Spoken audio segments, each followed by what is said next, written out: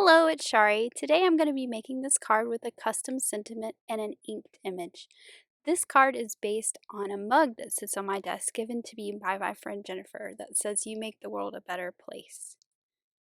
So to start with, I'm going to take a piece of distress watercolor cardstock and I'm cutting it in half so that I have two smaller pieces.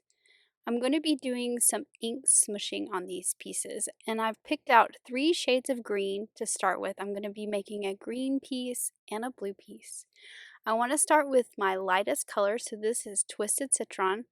I've just smooshed that onto my craft mat and I'm going to add some water. So I'm going to flip this piece of cardstock over, or watercolor paper I should say, and pick up that ink. Then I'm going to use my heat tool to dry it. So I'm going to be doing a lot of drying between the layers, and this is what gives you that texture and those different layers. Now I'm going to move on to Mowed Lawn and do the same thing. You can see this is a much darker color.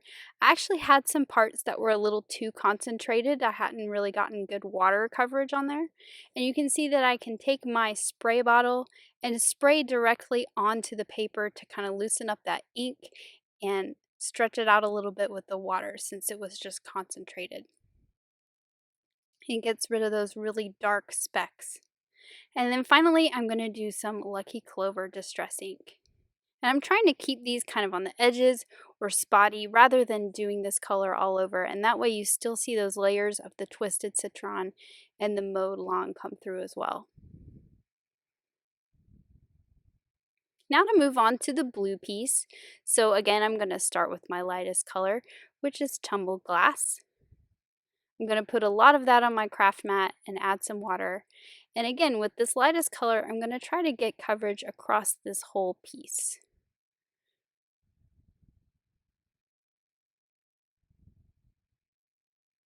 Then I'm going to move on to my middle color, which is Broken China.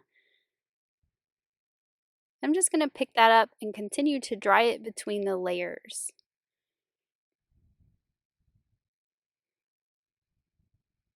You can see how this gives you the texture when you dry it and then pick up more ink. And then finally, my last color is Mermaid Lagoon. And this is a much darker color. This one doesn't have as many little splatters as my green ended up having. So I'm going to be adding some spray and distress oxides. So I thought I'd try my speckled egg. I haven't played with this one yet, but it was a little too muted for what I wanted. So I'm going to move on to some Mermaid Lagoon oxide spray. So this is going to match that last color of distress ink that I added. And this one gave me the look that I wanted. So I'm holding it up pretty high so that I get little droplets of that ink. And I'm using an oxide spray, so it's going to have kind of that more chalky, less translucent look. So I wanted to create some finished edge to these, so I'm going to line it up with the very edge of a outside in. This is the largest outside in rectangle, and cut it so I was stitching on 3 sides. I did the same thing to the green panel, and then now I'm going to take a stitched hillside to create the curve of my globe that I'm creating.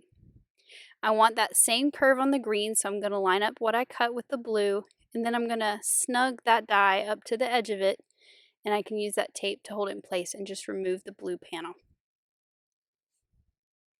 So now that I've got my 2 panels here, I'm going to take my pencil and just sketch in a wavy line that's suggestive of the continents on the earth. So this is not geographically correct, but it's going to be close enough to where you get the idea of what we're trying to do here. And then I'm just going to take my scissors and trim that out.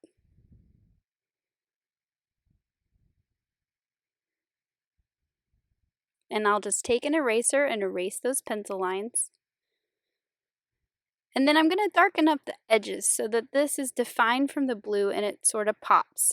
So darkening up the edges is just a fun trick that allows you to get some dimension between your pieces. I'm going to do the same thing to the blue. I'm using Lucky Clover for the green, and I'm going to use that Mermaid Lagoon for the edge of the blue. I'm just doing the top edge of this.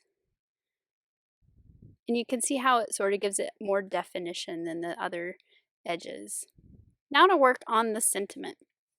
I'm using Smitty's ABCs for this one, and I've cut a piece of Blue Jay cardstock with that same outside in rectangle so everything matches. And I've just got it in my MISTI with that blue piece as a placeholder so I can see the spacing. I'm going to start with the word U at the top, and since this is 3 letters, I know that O is right in the center.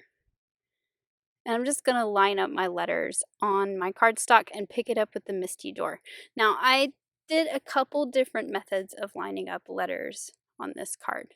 So this is how I started, but lining them up like that isn't really the best way to do it for every line. So you're going to see a couple different methods. Just do what works for you.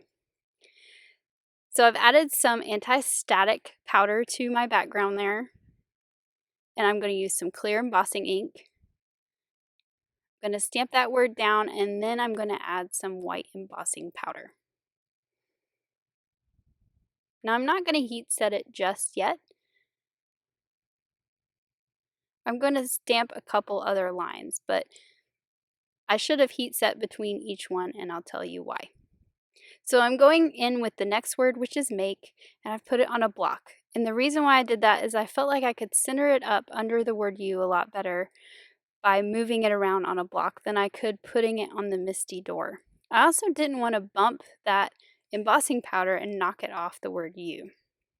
Now for the next line, it says the world, and I knew that that W was in the middle, so it was easy to put that W in the center, pick it up with the door of the MISTI, and now I can easily line up all those other letters because they're on those square bases. So they're really easy to line up once you know where one of them goes. Now, part of the reason why I decided to go ahead and start heat setting things is because I added some some anti-static for this stamping, and I knocked part of my embossing powder off of the word make. So I had to quickly add that back. So you're going to see that after I did this one, I'm going to go ahead and start heat setting these. I wasn't being as careful as I normally am. So I'm adding that white embossing powder to the stamp of the world, and I'm going to go ahead and heat set these 3 lines that I've already done. Now if I add some more anti-static, I'm not going to run the risk of knocking off my embossing powder. If I had put that anti-static all over in the first place, I wouldn't have had that problem, but I did not. That was a mistake that I made. But you can see now I can add it and it doesn't matter. I'm not going to knock anything off. So I put the words "a better," and again I did this one on a block. For me, it was easier to line up the lowercase letters on a block than it was to line it up on the MISTI door. But again, just do what works for you. I'm going to add that white embossing powder, go ahead and heat set that one, and then I'll move on to the last word. This one was again all capital letters. There were 5 of them, so I knew the A was in the center, and that was easy to line up where I wanted it, pick it up with the MISTI door, and then I can put those other letters in place.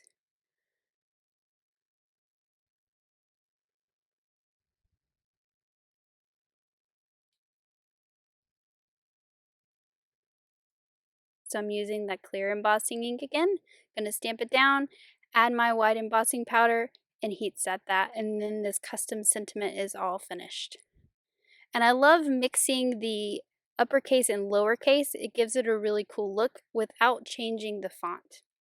Now my little trick for getting the anti-static off of dark cardstock is just to run a damp chamois over it. So I've got that off. I had a little bit of stray embossing powder, so I'm using a sand eraser, but I'm not too concerned because I'm going to add some stars to this. So I'm going in with some black soot distress ink to darken up the top so that this isn't all one color of blue, gives it more depth. And that white embossing that I've already done on the sentiment is just going to resist that ink. So I can go in with a dry paper towel and just buff that ink off of that white embossing. I also used some Distress Oxide for the very corners. When I was playing with these to see which looked better, the Oxide or the regular, it kind of gave it a different look. So I'm just doing the corners there. It's a lot darker. It may be hard to see on camera, but there was a slight difference. Now I'm going to use some white metallic watercolor to create some stars in my galaxy above the globe that I've created. And I'm going to flick this off the side of a clear block, and this will make those droplets very tiny and look a lot like stars. Now I can put together those watercolored pieces that I've done at the bottom. I'm just going to glue the green directly to the blue, and since I use those dies to cut the same shape, they're going to line up perfectly.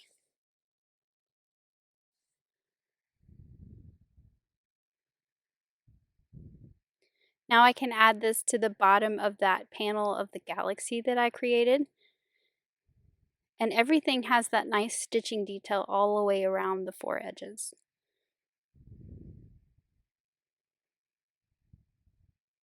So I've added a lot of foam tape to the back of this panel, and I'm going to mount this onto a card base created from some rainforest cardstock. So this is kind of similar in color, but I didn't want that bright white of a card. It still kind of has that dark space look, but just a slightly different color to create a matte. And then finally, I'm adding a tiny little die cut heart cut from some guava cardstock right to the bottom below my sentiment. And then I'm going to add some stardust stickles to that so it's glittery. And then that is my finished card.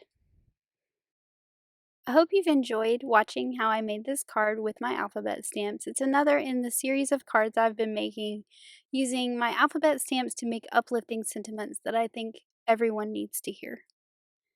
Thanks for watching. Have an amazing day. Bye.